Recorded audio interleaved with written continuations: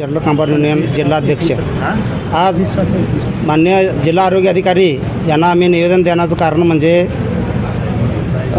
खालसा कोळिंद्रे तालुका चंदगड जिल्हा कोल्हापूर येथील लक्ष्मण फत्तू कांबळे हे गेल्या 1.5 वर्षा पाठीमागं GM पाटील हेल्थ क्लब ह्या दवाखान्यामध्ये किरकोळ आजारावर उपचार करण्यासाठी गेले असता त्या डॉक्टरांनी त्यांना इंजेक्शन व गोळ्या औषधं वगैरे दिलेत, पण त्याचं दुसऱ्या दिवशी रिॲक्शन झाल्यामुळे ज्या कमरेला त्यांनी जे इंजेक्शन दिलेले होते त्या जागेमध्ये त्यांना मोठी गाठ झालेली दिसून आले।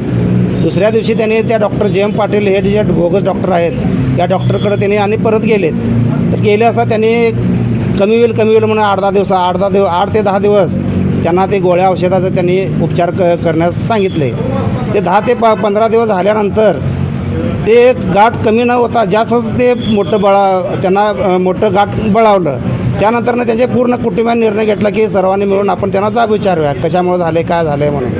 मग ते GM पाटलाकडे आणि त्यांनी 10-15 दिवसानंतर गेल्यानंतर त्या डॉक्टरांनी त्यांना ते ऑपरेशन करण्यास सांगितले। ऑपरेशन मी सगळं करून देतो म्हणून सांगितले, कारण ते त्यांच्या निष्काळजीपणामुळे ते झाले त्यांना जाणीव झाली।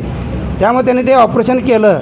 ते ऑपरेशन केल्यानंतर मात्र 2 ते 3 दिवसामध्ये त्यांचं पूर्ण पायच अपंगत्व झाल्याचं त्यांना निदर्शनास आलं। त्यांना 5 पावले चालता येत नाही अशी परिस्थिती ते लक्ष्मण कांबळे यांची झालेली आहे।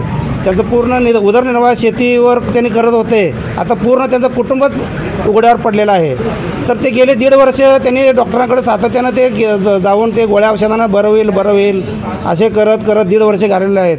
तर आम्ही वंचित बहुजन माथाडी जनरल ट्रान्सपोर्ट युनियनच्या वतीनं आज जिल्हा आरोग्य अधिकारी यांना सांगितलेलं आहे की हे जे डॉक्टर आहेत यांची जे कुठल्या कलमानुसार त्यांच्यावर कायदेशीर कारवाई करता येईल ते लवकरात लवकर करण्यासाठी आम्ही आज निवेदन दिलेलं आहे।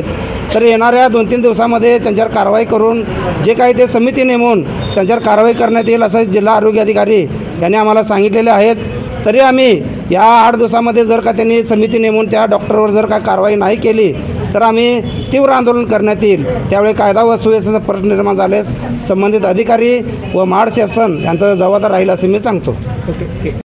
बाळ, फ्रीजमधून श्रीखंड काढ ना। आम्ही पूर्वी घरीच बनवायचो श्रीखंड, त्याची चवच वेगळी होती। आता काय सगळं रेडीमेड। आजी, हे श्रीखंड खाऊन बघ।